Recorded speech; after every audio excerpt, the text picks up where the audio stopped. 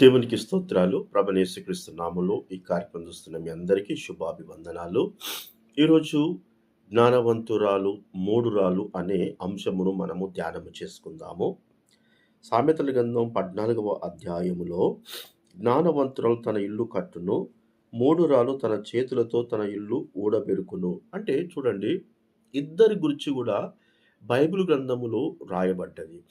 జ్ఞానవంతురాలు గురించి, మూఢురాలు గురించి. కనుక మనము జ్ఞానవంతురాలు ఎలా జీవించింది, మూఢురాలు ఎలా జీవించింది అనేది మనము కొద్ది మాటలు ధ్యానము చేసుకుందాము. ఆదికాండము 7వ అధ్యాయము, ఆదికాండము 7వ అధ్యాయము 7వ వచనములో, అప్పుడు నోవాహును తో కూడా అతని కుమారులను, అతని భార్యయు, అతని కోడళ్లను ఆ ప్రవాహ జలములను తప్పించుకొనుటకై ఆ ఓడలో ప్రవేశించిరి. ఇక్కడ ఈ కుటుంబాన్ని మనం గమనించినట్లయితే, నోవాహు కుటుంబము, నోవాహుతోటి దేవుడు ఒక ఓడ చేయమన్నప్పుడు, నోవాహు ఓడ చేస్తున్నప్పుడు ఈమె ఏం చేసింది? సహకరించింది. ఆయనకు సహకరించింది. దేవుడు నీకే చెప్పిండా? నాకు కూడా దేవుడే కదా, మరి నాకేం చెప్పలే కదా, ఇట్లా కట్టచ్చా, ఇట్లా కట్టరాదా అని ఒక వ్యర్థమైన ప్రశ్నలు అడగలేదు. నోవాహును విసిగించినట్టు లేదు. నోవాహుకు అనుకూలంగా తనతోటి అయినంత మట్టుకు సహకరించడానికి అవి ఇష్టపడ్డది. దేవునికి స్తోత్రాలు. కనుక క్రైస్తవ కుటుంబం ఎలా ఉండాలంటే, ఇల్లు కట్టుకోవాలి, కూలిపోవద్దంటే, మరి యజమానుడు ఏ పని చేసినా, మరి దేవునికి సంబంధించిన పనిలో ముందుకెళ్తున్నప్పుడు సహకరించాలి గానీ, అనవసరమైన ప్రశ్నలేసి విసిగించి ఆ పనిని పాడు కావడానికి ప్రయత్నం చేయొద్దు. ఇక్కడ 13వ వచనం చూసినట్లయితే, ఆ దినమందే నోవాహును, నోవాహు కుమారులు అంటున్నాడు. అతని భార్య కూడా. అయితే నోవాహు భార్య ఎందుకు ఈ ప్రస్తావన అంటున్నాడంటే, స్త్రీది చాలా కీలకమైన పాత్ర. ఏదైనా గానీ ఆమె సహకరిస్తే ఎంత గొప్ప పనైనా చేయొచ్చు. ఎందుకంటే దేవుని పని జరగాలంటే స్త్రీ పాత్ర చాలా గొప్పది. దేవుడే సాటైన సహాయకురాలను మరి ఇచ్చినట్టు మనం చూస్తున్నాం. కనుక నోవాహుకు ఆమె 100% నోవాహు ఏ పని చెప్తే ఆ పని చేస్తుంది. ఎట్లా ఉండమంటే అట్లుంటాంది. అలా ఉండడం అనేది చాలా గొప్ప విషయం. ఇక్కడ మనము ఎఫెసీయులకు రాసిన పత్రిక 5వ అధ్యాయము 22వ వచనం చూసినట్లయితే, ఎఫెసీయులకు రాసిన పత్రిక 5వ అధ్యాయము, ఎఫెసీయులకు రాసిన పత్రిక 5వ అధ్యాయము 22వ వచనములో ఏమున్నది అంటే, స్త్రీలారా ప్రభువుకు వలె మీ సొంత పురుషులకు లోబడుండుడి. నోవాహు భార్య ఏం చేస్తున్నది? నోవాహుకు 100% లోబడుతున్నది. దేవునికి విధేయత చూపడము ఎంత ప్రాముఖ్యమో, దేవునికి చూపినట్టే ఈ యొక్క సొంత పురుషుని కూడా ఈమె లోబడుతున్నది. ఏ పని విషయంలో గానీ ఆమె ఆటంకంగా కనబడతలేదు. ఏ పని జరగాలన్నా ఆమె ప్రస్తావన, ఆమెతోటి కొద్ది కూడా నోవాహుకు డిస్టర్బెన్స్ లేదు. నోవాహుకు కొద్ది కూడా ఆమెతోటి అసలు ప్రాబ్లమే లేకుండా ఆమె ఉన్నదా లేదా అన్నట్టు మరి ప్రోత్సహిస్తున్న వ్యక్తి మనం చూస్తున్నాం. ఈరోజు చూస్తే కుటుంబాలలో స్త్రీలది డామినేషన్ బాగుంటది. నేను చెప్పినట్టు వినాలి, నాది నడవాలి.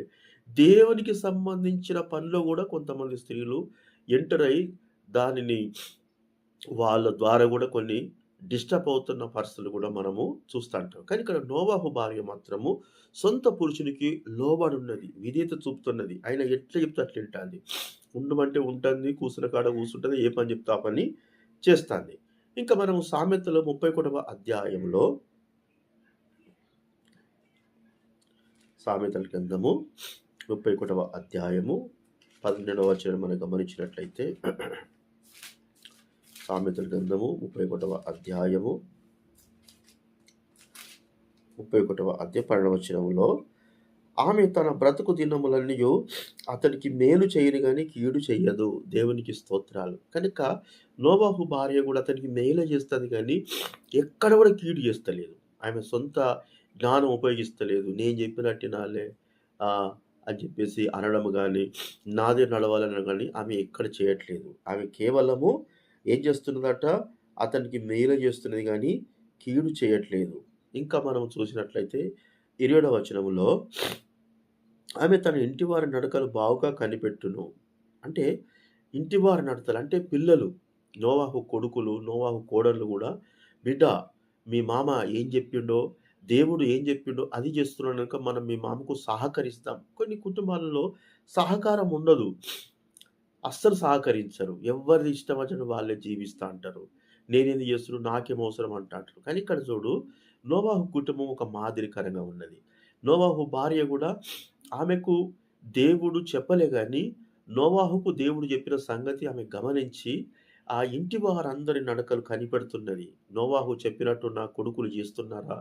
నోవాహు చెప్పినట్టు నా కోడలు చేస్తున్నారని జెప్పేసి వారిని ప్రోత్సహిస్తున్నది. "చెయ్యాలా బిడ్డ, మామ జెప్పినట్టు చేయాలే.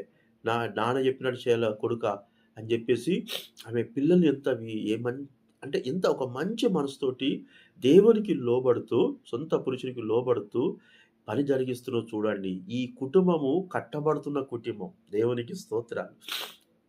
కట్టబడే కుటుంబం అంటే ఇంటివారి నడకలు బాగా కనిపెట్టాలి. కనుక పిల్లలు పడిపోకుండా, చెడిపోకుండా పిల్లల కొరకు ఆమె మరి నోవాహుతో సహా పని చేపియడానికి ఆమె ఇష్టపడుతున్నది. ఇక ఆ నోవాహు కొడుకులు ఏం చేస్తున్నారు ఆమెను తెలుసా? ఇక్కడ మనం వాక్యాన్ని చూసినట్లయితే 28వ వచనంలో ఆ! ఆమె కుమారులు లేచి ఆమెను ధన్యురాలందరూ. కొడుకులు లేచి, "అమ్మా! నువ్వు నిజంగా గ్రేట్. మమ్ములను మంచి క్రమంలో నడిపిస్తున్నావమ్మా." ఈరోజు తల్లు, కొడుకులు ఇదంతా ఎట్లా ఉన్నదంటే గొడవలు, కొట్లాటలు, లొల్లిలే జరుగుతున్నాయి చాలా కుటుంబాలలో. కానీ ఇక్కడ క్రమం అనేది ఎప్పుడు తప్పిపోతున్నదంటే, భర్తలకు లోబడకపోవడంతోటి పిల్లలు గూడా గమనించి, ఆ తల్లి గూడా లోబడకుండా, తల్లిని గూడా కేర్ జేయకుండా గొడవలు స్టార్ట్ అయితున్నాయి చాలా కుటుంబాలలో. కానీ ఇక్కడ నోవాహు భార్య ఏం జేసింది? నోవాహుకు లోబడ్డది. ఇంకా మనము ఎఫెసీ రాసిన పత్రిక 5వ అధ్యాయములో, ఎఫెసీ 5వ అధ్యాయములో, 5వ అధ్యాయములో ఇక్కడ మనము చూసినట్లయితే 33వ వచనములో భార్య అయితే తన భర్త యందు భయము కలుగున్నట్టు చూసుకోవాలెను. చూడండి భార్య ఏం చేస్తుందట? తన భర్త యందు భయము, అమ్మో! ఆయన చెప్పినట్టు చేయాలి. అంటే ఆయన చేసే పని ఎవరిది? దేవుడు చెప్పిన పని చేస్తున్నాడు. మరి ఈళ్ళకేమైనా లోటు, కొదవ ఉన్నదా? ఏమి కొదవలేదు. సకలం సమృద్ధిగా ఉన్నది. కనుక చాలామంది ఏం చేస్తారంటే, వాళ్ళ స్వలాభము కొరకు ఏ పని జరగకుండా అడ్డుపడతాండ్రు, ఆటంకపరుస్తాండ్రు గనక చాలా కుటుంబాలు ఏమైపోతున్నాయి? పతనమవుతున్నాయి. కనుక ఈమె ఏం చేస్తుందంటే, ఈమె సురక్షితంగున్నది, ఈమె పిల్లలు సురక్షితంగున్నారు, ఈమె కోడలు సురక్షితంగున్నారు. ఇది ఇల్లు కట్టుకోవడం అంటే. లోబడడము. దేవుని మాటకు నోవాహు లోబడ్డట్టుగా ఈమె నన్ను పట్టించుకుంటలేడు. ఏమైనా తెల్లారి లేస్తే సాయంత్రం దాకా పని, పని. దేవుడు ఇనగాక చెప్పిండా? దేవుడు భార్య పిల్లలను చూడొద్దన్నాడా? ఈ చెత్త మాటలు మాట్లాడతలేదేమో.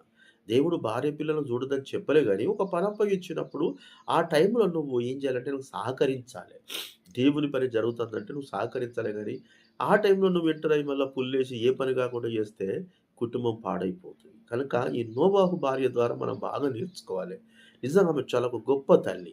ఇక 3 రాళ్ళ విషయానికి మనం వచ్చినట్లయితే, 3 రాళ్ళ విషయంలో నోవహు భార్య ఒక జ్ఞానవంతురాలుగా మనం చూడగలము. మరి 3 రాళ్ళ విషయంలో చూసినట్లయితే ఆదికాండము 19వ అధ్యాయము, ఆదికాండము 19వ అధ్యాయములో సాయంకాలమున ఇద్దరు దూతలు సొదొమ చేరినప్పుడు సొదొమ గవిని యొద్ద కూర్చుండి ఉండెను. లోతు సొదొమ గవిని యొద్ద కూర్చుండుండెను. అంటే లోతు ఎక్కడున్నాడు? బయట కూర్చున్నాడు. ఎందుకు? ఇంట్లో చూస్తే సమాధానం లేదు. ఇంట్లో చూస్తే శాంతి లేదు. ఇంట్లో చూస్తే నెమ్మది లేదు. ఇంట్లో చూస్తే ఎప్పుడు ఏదో ఒక పోరు. అందుకైనా బయటకొచ్చి కూర్చున్నాడు. ఈరోజు చాలా కుటుంబాలు కూడా అట్నే ఉంటది. ఎప్పుడు చూసినా ఇంట్లో ఏదో ఒక గొడవ అయితాంటది ఆడోళ్ళతోటి. అందుకే బాగా మంది మొగోళ్ళు బయటనే తిరుగుతాంటారు. బయటనే టిఫిన్‌లు చేత్తాంటారు. బయటనే ఎందుకు అంటే ఇది కారణము. ఇక మూడో వచనం చూసినట్లయితే అతడు మిక్కిలి ఆహ్, బలవంతం చేసినప్పుడు వారు అతని తట్టు తిరిగి అతని ఇంట ప్రవేశించిరి. అతడు వారికి విందు చేసి పొంగని రొట్టెలు కాల్చగా వారు భోజనం చేసిరి. అచ్చిన దేవదూతలకు ఎవరు భోజనం చేస్తున్నారు? లోతు. ఒక పురుషుడు, ఒక మగాయన వారికి రొట్టెలు చేస్తే వాళ్ళు తిన్నారు. మరి భార్య లేదంటే ఉన్నది. కొంతమంది భార్యలు ఏం చేస్తారంటే, మరి దైవ సేవకులు గాని, ఎవరైనా దేవుని బిడ్డ ఇంటికొచ్చినప్పుడు ఇంట్లోకెళ్ళి అసలు బయటికెళ్ళరు. నీళ్ళియ్యమనియ్యరు. ఏందో ఫీల్ అయితా అంటారు. అస్సలు వాళ్ళు కాస్ట్‌లీగా. కనుక ఇక్కడ లోతు పరిస్థితి కూడా గదే. భార్య బయటకస్తలేదు. ఆమె ఏమి గూడా మరి అసలు రొట్టెలు చేసే బాధ్యత ఎవరిది? ఆమెది. ఇక్కడ అబ్రహాము కాలం చూసినట్లయితే 18వ అధ్యాయంలో అబ్రహాం గుడారంలోకి ఉన్న శారా యుద్ధకు త్వరగా వెళ్లి ఆహ్, 3 మానికల మెత్తని పిండి తెచ్చి పిసికి రొట్టెలు చేయమని భార్యకిచ్చాడు. అబ్రహాం భార్యేమో రొట్టెలు చేసింది. లోతు భార్యేమో ఆమె అసలు లోతుతోటి ఎప్పుడు కయ్యం పెట్టుకుంటే ఆయనే బయటకొచ్చి ఉంటాండు. మనశ్శాంతి లేక. దేవదూతలొచ్చినప్పుడు అతను ఏం చేసిండు, ఆయనే వంట చేస్తున్నప్పుడు మీరీమె కనీసము ఈమెకు తెలవదా గెస్ట్‌లకు చేయాలని? కనుక కొద్దిగా ఉంటది ఆడవాళ్ళకు. నాకేం అవసరము? ఎవరో పరిచయన వ్యక్తిని తీసుకొత్తే నేనెందుకు నీళ్ళియ్యాలే? కొంతమంది ఏం చేత్తారంటే మరి అంటే దేవుని బిడ్డలు గాని, సేవకులు పోతే ఆయన లేడు, ఎప్పుడొస్తాడో తెలవదంటారు. అంటే ఇట్లా దేవుని బిడ్డలను గౌరవించని ఆ 3 రాళ్ళు గూడా మరి ఉన్నట్టు మనం వాక్యానుసారంగా చూడగలుగుతున్నాం. ఇక్కడ చూసినట్లయితే 12వ వచనంలో అప్పుడు ఆ మనుషులు లోతును, "ఇక్కడి నీకు మరి ఎవరున్నారు? నీ అల్లుని, నీ కుమారులను, నీ కుమార్తెలను" అంటున్నాడు. అంటే లోతుకు కుమారులు గూడా ఉన్నారు. లోతుకు లోతు బిడ్డలు పెళ్లి చేసుకునే అల్లులు గూడా ఉన్నారు. అంటే ఈ కుమారులు, ఈ అల్లులు గూడా లోతుకున్నారు. అయితే ఈ లోతు భార్య ఎప్పుడు కూడా లోతును సంతోషపరిచినట్టుగా, ఆయనకు అన్నం చేసి పెట్టినట్టుగా, సంతోషంగా ఈళ్ళు ఉన్నట్టు కనబడతలేదు గనక, ఆ పిల్లలు గూడా ఇంట్లో ఉండడము, ఇగ వాళ్ళకు గూడా ఒకలాంటి ఏంది ఎప్పుడుకి ఇదంతా అని జెప్పేసి, తండ్రి మీద గూడా వాళ్ళకు ఒకలాంటి మంచి అభిప్రాయం లేదు. తల్లి మీద గూడా మంచి అభిప్రాయం లేదు.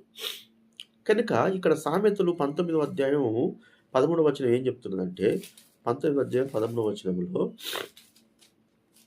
సామెతలు 19 అధ్యాయం 13వ వచనంలో ఆహ్, భార్యతోటి పోరు ఎడతెగక పడు మంచు బిందువలె ఉండును అంటున్నాడు. భార్యతో పోరు. ఒక వర్షమైతే ఎప్పుడుకిట్లా కొడతా ఉంటదో, నీళ్ళు ఒకవేళ కొన్ని అప్పట్లో గుడిసెలలోకెళ్ళి ఉరిసేది నీళ్ళు. ఆ వాన కొట్టిన సేపు ఎట్లా నీళ్ళు ఊరుతాంటాయో, ఈ లోతు భార్యతోటి ఆయనకు కూడా ఎప్పుడు కూడా పోరే. అందుకే ఎప్పుడు కూడా ఏమైపోయిందట, ఎడతెగక పడు మంచు బిందువు లెక్క అయిపోయిందట. ఇదంతా పిల్లలు చూసి గూడా, పిల్లలు గూడా తల్లిదండ్రుల మీద ఒక మంచి అభిప్రాయం లేదిగ. పిల్లలకు గూడా తల్లిదండ్రుల మీద మంచి అభిప్రాయం లేదు. వాళ్ళకు భయం లేదు. తండ్రి భయం లేదు. తల్లి భయం లేదు. ఇదంతా నోవాహు భార్య అయితే ఒక క్రమంలో పిల్లల్ని పెట్టింది గానీ, ఈమె మాత్రము అసలు ఆమె భయం గూడా ఆళ్ళకు లేకుండా పోయింది. ఎందుకంటే ఎప్పుడు అదురుడు, అదురుడు, అదురుడే. చాలా కుటుంబాల్లో గూడా నువ్వెంత? నేనెంత? నేను గూడా నీలా జాబ్ చేస్తూ నేను గూడా సంపాదిస్తాను గదా! అని జెప్పేసి వాళ్ళు గూడా పిల్లలను తండ్రికి గాకుండా అంటే ఆ ప్రకారంగా పిల్లల ముంగటనే గొడవ చేస్తుట్లో గూడా పిల్లలకు ఒక ఇంట్రెస్ట్ పోతది. ఇక్కడ ఏం జరిగింది అంటే, ఇగ ఆ యొక్క లోతు భార్య ఎనకతట్టు ఎప్పుడైతే చూసిందో ఆమె ఒక ఉప్పు స్తంభం అయిపోయింది. అంటే ఏమైపోయింది ఇక్కడ? ఆమె మూఢురాలు తన చేతులతోటే తన కొడుకులను కోల్పోయింది. తన అల్లులను కోల్పోయింది. తాను గూడా నష్టపోయింది. ఈ మూఢురాల యొక్క పరిస్థితి అలా ఉన్నది. అందుకే దేవుని యొక్క వాక్యము ఏం చెప్తున్నదంటే, మొదటి యోహాను పత్రిక 4వ అధ్యాయం 20వ వచనంలో, మొదటి యోహాను పత్రిక 4వ అధ్యాయము 20వ వచనం. మొదటి యోహాను పత్రిక 4వ అధ్యాయం 20వ వచనంలో అంటున్నాడు, తన సహోదరిని ద్వేషించని ఎడల అతడు అబద్ధికుడు. తాను చూచిన తన సహోదరిని ప్రేమింపనివాడు తాను చూడని దేవుని ప్రేమింపలేడు. అంటే ఇక్కడ లోతు భార్య గూడా కనబడుతున్న తన భర్తను ప్రేమించని వ్యక్తి కనబడని దేవుని ప్రేమిస్తంటే గ్యారంటీ ఏంటిది?